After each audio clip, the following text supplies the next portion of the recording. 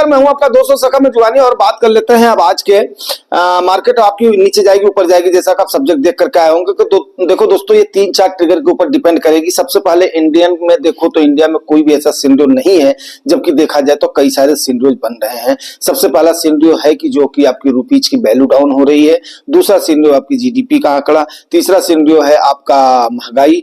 और उसके बाद में सबसे लास्ट में लो एफआईआईज की सेलिंग, क्योंकि एफआईआईज की सेलिंग का हमने आपको बता दिया है कि 72 लाख करोड़ का उनका ईओएम हो रहा है, तो 68 लाख करोड़ की आपके डीआईआईज का मतलब जो है म्यूचुअल फंड्स का ही खाली ईओएम हो रहा है, जबकि डीआईआईज में आपके एलआईसी आ जाते हैं, आपके बैंक्स आ जाते हैं, आपके आ जाते हैं।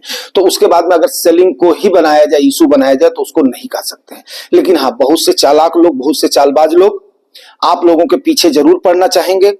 आप लोगों से ये चीजें करना चाहेंगे कि आप लोग पैनिक में आकर के आप लोग सेल करें, आप लोग यहां से भागें, ताकि वो लोग आपके यहां पर पोजीशन बना सकें।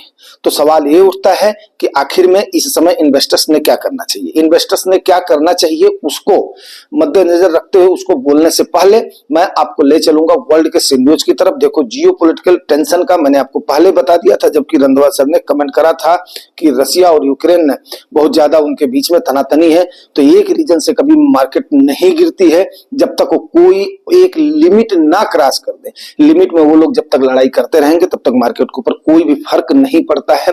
ये बात बिल्कुल सत्य है। इजराइल, ईरान, हमास, ये सारे इशू जो है मार्केट देख चुका है। कोई भी इसमें टेंशन वाली बात हमें नहीं है। रही बात अमेरिका की जो पीसी का जो डाटा है वो तकरीबन आ चुका होगा, लेकिन उसको हमने देखा नहीं है। वो कितना डाटा आता है उसके ऊपर भी आज की मार्केट का ट्रिगर डिपेंड करेगा। पहली चीज तो ये नोट कर लीजिए। दूसरी चीज, उनका भी जो भी उनका जीडीपी है, जॉब एम्प्लॉयमेंट है, फिर उसके बाद में उनके अपने इशू हैं, क्योंकि बिटकॉइन की प्राइसेस काफी ज्यादा हाई हो चुकी हैं, नंबर 1। और नंबर 2, उनके यहाँ पर जो आपका एक तो बिटकॉइन की प्राइसेस जो है हाई हो चुकी हैं, और दूसरा उनके यहाँ पर जो सिनेरियो बन रहा है वो महंगाई को 2% लाने वाली सिनेरियो बन रही है। तीसरा, उसके बाद में ट्रंप चाचा वहां पर क्या फैसला लेते हैं, ये सारी चीजें हो गई है। यूएस की बॉन्ड यील्ड भी वहां पर एक इशू बन रहा है, क्योंकि जब लोगों को अगर सेफ इंस्ट्रूमेंट में ज्यादा रिटर्न मिलेगा तो वो रिस्की एसेट में क्यों जाना चाहेंगे। अब आप यहाँ पर बोलोगे कि हम भी यहाँ पर सेफ इंस्ट्रूमेंट में जाते हैं, हम भी बैंक में जाते हैं, हम भी उसमें जाते हैं। भाई मेरे, आप यहाँ पर फिर बाउंडेड हो जाओगे। आपको हमेशा एक चीज जो थंब रूल बताया गया है, उस थंब रूल को बाय मेहरबानी आप लोग फॉलो करेंगे। करना आपने यही है, 100 माइनस एज को ही हमेशा इक्विटी में लेकर के चलना है। कभी भी आप देख लीजिएगा उन सिनेरियोज को लेकर के चलिएगा। और शाम के जो हमने वीडियो में आपको एक चीज बड़े एम्फसाइज करके बताया था, उस चीज का जरूर ध्यान रखिएगा, क्योंकि इक्विटी में, ठीक है ना, हमेशा हमने नेगेटिव रिटर्न के लिए अपना माइंडसेट बना करके रखना है। सबसे पहली चीज तो ये करना है कि यस, अगर मान लिया 2023 में 2024 में ठीक ठाक रिटर्न दिया है, 27 सितंबर तक ले लो, अभी भी आप उसके बाद में वहां तक तकरीबन पहुंचे ही थे, ठीक है ना। 25,000 को जो है क्रॉस करने वाले थे आप, भाई 24,800 तक आप पहुंचे थे ना। तो आपको ये माइंडसेट लेना है कि हमेशा मार्केट एक जैसा रिटर्न नहीं दे सकती। मार्केट ठहराव भी लेगी, मार्केट सांस भी लेगी, मार्केट ये भी करेगी। ज्यादा असड़ बसड़ में उन चीजों में नहीं पड़ना है। ये जितनी इंफॉर्मेशन आपको दी जाती हैं, इस इंफॉर्मेशन का मकसद सिर्फ और सिर्फ एक ही चीज का होता है कि आपको इस चीज से अवेयर करना कि आने वाले सिनेरियोज में ऐसे ऐसे सिनेरियो हो रहे हैं, ताकि आप वहां पर उन चीजों को आप पक्का करें। दूसरी चीज आपको एक बात बताऊं कि हमेशा गरीबियत वाली जो माइंडसेट होती है ना, कि गरीब मानसिकता वाले, वो हमेशा यही करते हैं, सारे खर्चे करने के बाद में फिर उसके बाद में उस पर निवेश वगैरह का सोचते हैं। जैसे कि 2024 में सेम मैंने खुद किया है कि यस यार, सबसे पहली चीज हर जगह पर पहले ये कर लो, पहले वो कर लो, उसके बाद में फिर जाकर के निवेश करो, ठीक है ना। हालांकि चलो परमपिता परमात्मा की दया से उस प्रकार से एलोकेशन था कि उसका कोई फर्क नहीं पड़ा है, लेकिन अगर मैं 2024 को एनालाइज करता हूं तो कहीं ना कहीं मुझे ये बात रियलाइज हो रही है कि हम चाहते तो इसको हम इंप्रूव कर सकते थे। कई सारे अनाप शनाप खर्चे हमने किए, हालांकि ना चाहते हुए भी कोई ऐसी मंशा नहीं थी, लेकिन अकारण बस अब उसको चाहिए, मान लो कि महंगाई ज्यादा, बढ़ती चली गई, हम उसके बाद में उसके परिप्रेक्ष्य में तैयार नहीं थे। तो आने वाले सिनेरियो में आप देखिए, अगर आप इक्विटी में आपका एलोकेशन नहीं होगा तो आप कैसे महंगाई को बीट करोगे।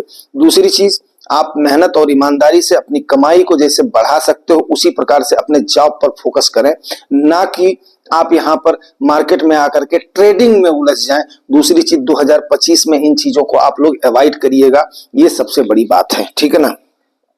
उसके बाद में आपका गोल, जैसा कि आपको पता है ना, आपको शाम को ही शाम वाले वीडियो में हमने बताया था 3% केवल इक्विटी ही सस्टेन कर पाती है 5 साल के लिए। इक्विटी मतलब ये नेबी जो आप ले रहे हो ना, जो यूनिट्स आप ले रहे हो ना, वो खाली 3% 5 साल से अब जा पाती है। अब आप खुद के दिल पर हाथ रख करके ये विचार कीजिएगा कि यस मैं किस कैटेगरी में आ रहा हूं।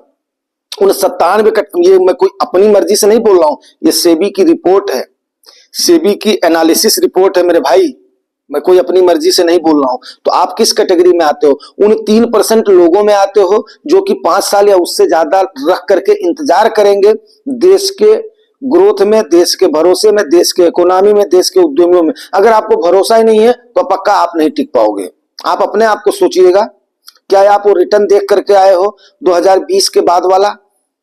21 का, 22 का तो फ्लैट रहा है, 23 का, 24 का, क्या आप उस मानसिकता से आए हो? क्या आप अपने आप को उस कैटेगरी में रख रहे हो? तो दोस्त, अगर आप 97% वाली कैटेगरी में रख रहे हो तो ये जुगानी टॉक्स पर पक्का, ये मेरा वादा है कि आप अपने कॉर्पस में भी नुकसान उठा लोगे।